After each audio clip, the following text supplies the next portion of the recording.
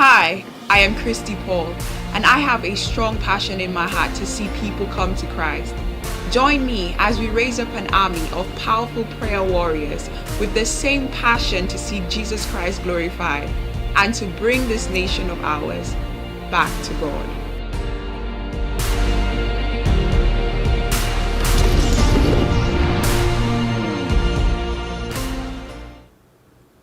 Hi viewers, you are most welcome to yet another episode of Bring the Nation Back to God. I am your host, Kristie Paul.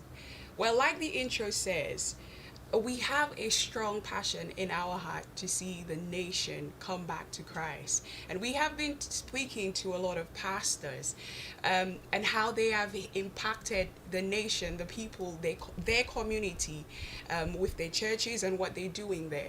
But what about, I would like to say, the layman's work, getting into the community and removing the blindfolds, the lies of the enemies, Well, today I have with me a phenomenal writer, an author of 11 books, I would say, yes, an educator, playwright, and she wears so many more hats, and we learn about what she does and how she has impacted the community in such a powerful way, to bring them out of darkness. Let me introduce you to Roselle Thompson.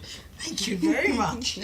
That was a wonderful introduction. Thank you so much. Lovely. I'm so interested in hearing and sharing with our viewers everything that we've been speaking about. I am excited for them to know about that. Thank you for coming. You're welcome. Yes, it's my pleasure.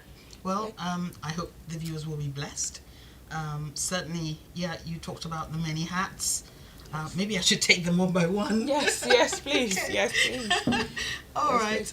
In terms of being an educator, well, I've been an educator for over 20 years, teaching right across the education spectrum. So we're talking at from nursery to primary, secondary, and university levels. At the moment, I focus mainly on the GCSE, primary and secondary levels, especially those who are struggling, especially those who, I think COVID has made it worse for many of them, but there are those who people have written off, teachers have given up on them, the ones that they say are uneducable. I don't think there's such a thing. And so what I do is use an empowerment approach to bring and sort of reprogram, if you like, those young people, and firstly to tell them that they are the best. Psychologically, when you tell a child he's the best, something happens, and it's the same as when you tell a child you're no good, what is it, it has the same impact. One is positive and the other is negative. And so my approach is a positive one.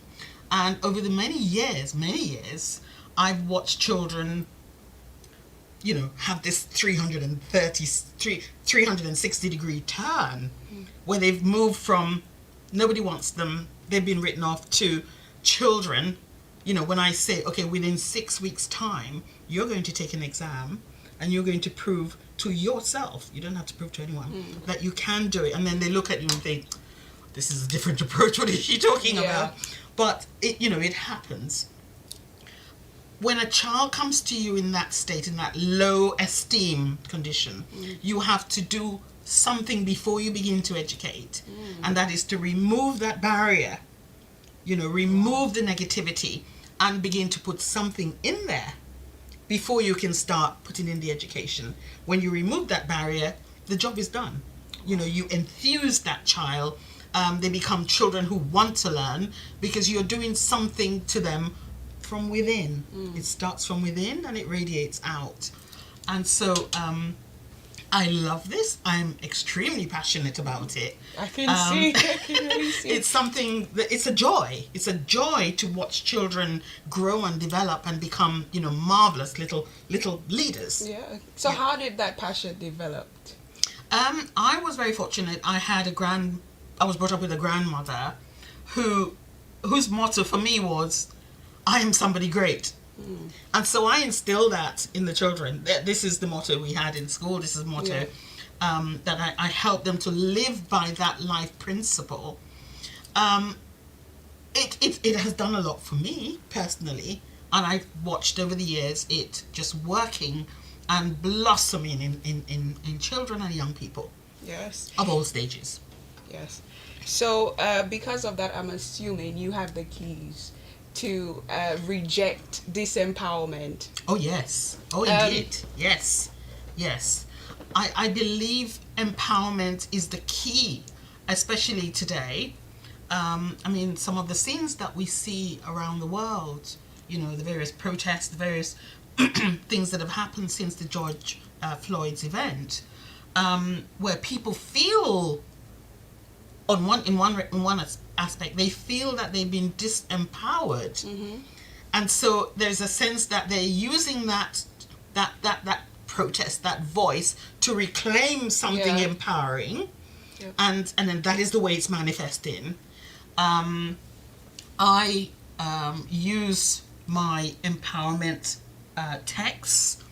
There is one that is called Empowerment for Parents, and so that textbook is designed to remind parents that they have an amazing job as parents. You know, phenomenal. It's really a blessing. It's such a great gift to be a parent.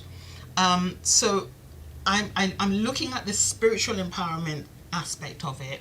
So, you know, the duty of protecting, growing and helping children, but there is another dimension, which is the spiritual. And so it's on an everyday basis. So you invest in that child, you speak into that child's life. Empowerment. So tell us how important it is to, you know, empower a child spiritually, because we can do it, try to do it, but like you said, you explained something about we need to lift, was it the boundary, I think you said, and then fill that child. Tell us the importance of empowering a child spiritually.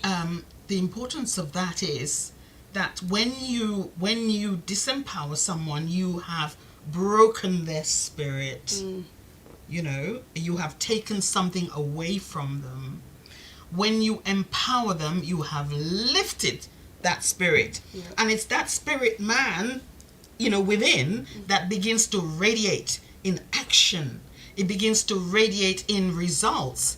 And that smile that changes, that body posture that changes, everything changes, you know. And so, you know, having seen that over the last 20 odd years, or more than 20 anyways, more than 25 years, I know, I can guarantee you, if you bring a child, and watching that child's body language alone tells me a lot of what's happened over a period of time. So I know some different children, they differentiate. Some are easy to catch on and some are not, like you were saying. And with those who are not easy to catch on, especially in your field, the education field, it may be hard to actually accept the empowerment that you bring into them. What ways have you used, or methods have you used to get it down there? I understand. Yes. Okay. So the child comes with the parent and possibly some other adults, and you can tell that the parents and the adults are doing all the talking. And so that child is left out as if it doesn't matter. They're doing all the talking about the child. One of the first things I would do is to ask them to be silent for a moment so that I can engage and begin to lift that child, show the importance of his voice and what he has to say, or she has to say. When you do that and you begin to talk, okay, they will maybe balk a little bit to begin with, because they're so used to being told to be quiet, or they have nothing valued to say. But in talking to them, in, you know, sort of saying empowering things, suggesting to them the kinds of milestones they can achieve, if they begin to engage, that's the first step. It's the first step. I remember in particular there was one boy who came and he sat with his back to us. He sat with his back to us, And because he really wasn't engaging, he's been so used to, being put down. And so he'd come at a point where he'd been kicked out of every single school. And there was a sense that, right, this is your last stop. And so I do say to them, when I asked him to turn around so I can see him and smile to him, because everyone's so like this, there's a sense that even just the body language is a way of opening. And so once I got the eye engagement, I thought, okay, right, so we're doing something here. And I told him what I thought he could do. I said, here is an opportunity to remake and remodel yourself. Here is also an opportunity to show what I believe you have in you, because I'm empowering him now. I'm saying you've got something still, even at this late as far as others are concerned. And he turned around and he started engaging, and we were talking, and I said, right, okay, so now that we promised this is going to happen, let's shake on it. And that was a shock, because it's like, which teacher says let's shake on it? And so what I was saying is that this whole idea of teaching and engaging is not something that you make a child fearful of, because it is an interactive process. It is one where you have to empower and believe and show belief. And there is a lot going on. That communication is so important. So when you see a lot of the children who are aggressive, and they've had enough because they've heard it too many times, it's kind of dampened their spirit to the point where violence comes out. Yes, that's the only way they can. That's it. You think I'm no good, so I'm just going to be no good anyway. Yeah. And I've seen it worked. Time and time again. Awesome. Yeah, approach is important. Praying for them also is very important. Yeah. Another one of the books that you've written is Spiritual Empowerment for Parents. Yes. You talked about children who, the case that you had the parents with the child, and the parents were speaking so much for the child that the child was, silenced. Yeah. I know a lot of people who grew up with that low self-esteem, and they become a parent themselves, and they instill that same thing into the child where you don't speak, you don't have a right to speak. That's it. And they themselves grow up and create that same cycle where of low self-esteem, no confidence. Is that where your book in parenting comes in? Yes, it does. Unfortunately, some of us have grown up in cultures where there is a belief that children must be seen and not heard. And that is, there are contexts for this kind of thinking, but really if you make it the general belief, that is so broken. It causes brokenness, it causes silence, and the children who have been brought up under that kind of principle, they will not put their hand up in class. They will put their head down, while everyone who's empowered, they have their hands up, and they're responding, they're alive. It's like they're electrified. Telling a child, be quiet, shut up, go to your room, you're actually killing their voice. You're taking away, that spark, that thing that makes them that person. And yes, it becomes a cyclical principle in their lives. It happens in their lives, so they do the same with the children. And so that's why I said about breaking that cycle, putting that empowerment there. So the book is really about helping parents to understand that the language, what they say, is important. There is power in the words. This is what the book says. There is power in the words, the language. The Bible actually says that. And you can use that same power, which is within all of us, not to curse, but to bless, and also to develop that child, nurture it in the way that you want it. You and I have that power in our mouths. So you empower that child from the time. So the book takes you from empowerment exercises from birth, following the child to nursery, to school, and so every facet of that child's life, university, and even to marriage, when you can relinquish that responsibility a bit. But is that great? And you've got to be conscious that is something that you have to work on at all times. I'm afraid it's not just having the children and and thinking, well, that's it.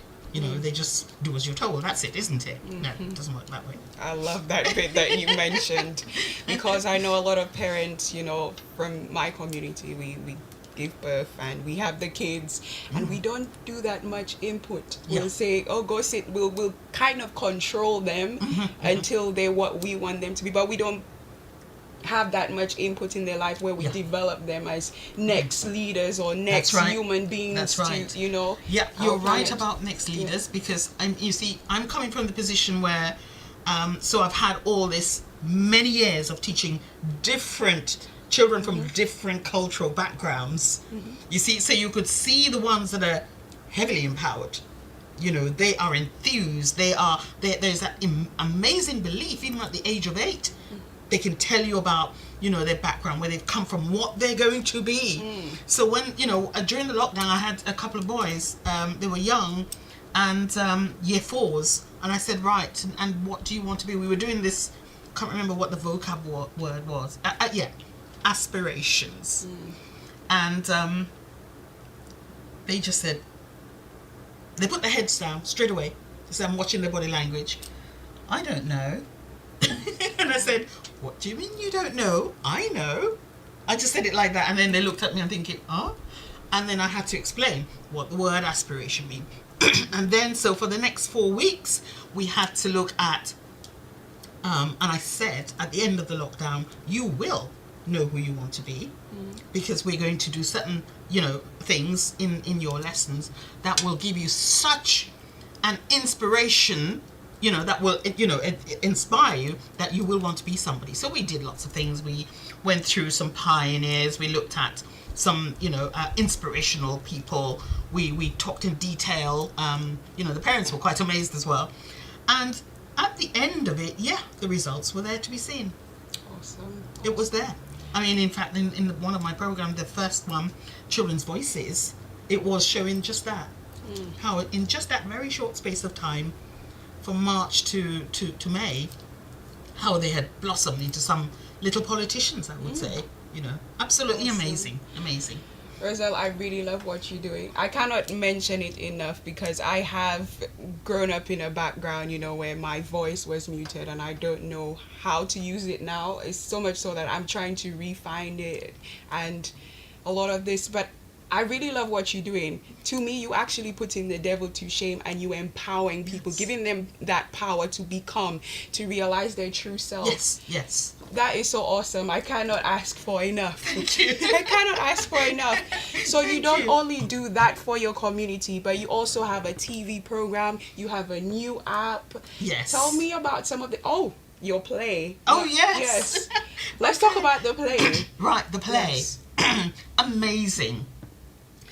So this play is a Caribbean play. It's called Gang Gang Sarah, a Caribbean sensation, as it is. So Gang Gang Sarah is the name, and she's a Trinidadian legend, someone who, the legend says, has, during the slavery time, moved to the Caribbean in order to, she flew, in fact. So, you know, I'm not saying she moved. Yeah. She flew to the Caribbean. But, I mean, I understand the sentiments behind that. Yeah. To look after the slaves spiritually. And so that was her role. And I noticed that when I started doing the research, that here was an amazingly important icon, Caribbean icon. Not much has been said or written about her. In fact, I'd written a book with her story included in it. And then it troubled me, because I thought, okay, here was a female pioneer and a leader, someone who had this, you know, astronomical importance as far as the culture is concerned, because once they were there, they developed and became Caribbean people. So, you know, she is at the forefront.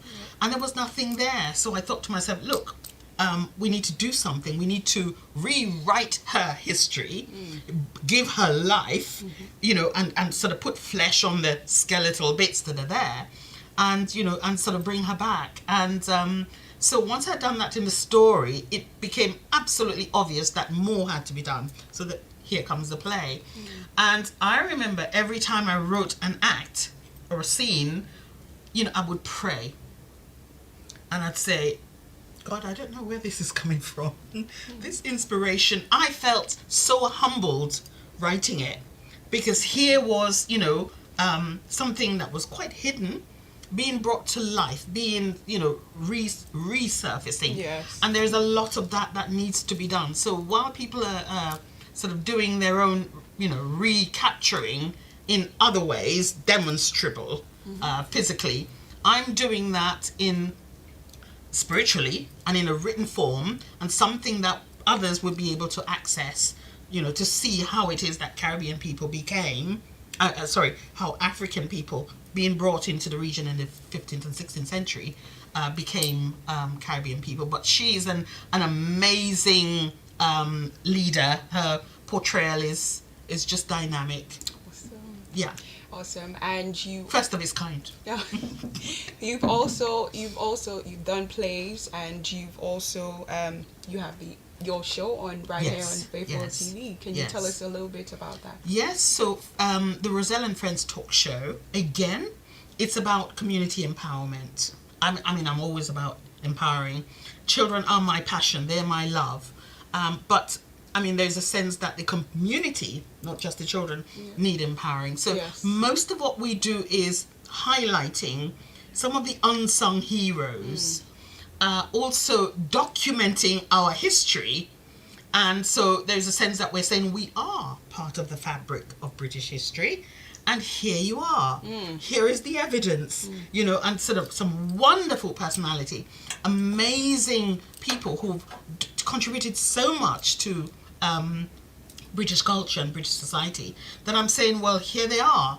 Be inspired, whoever you are, by them.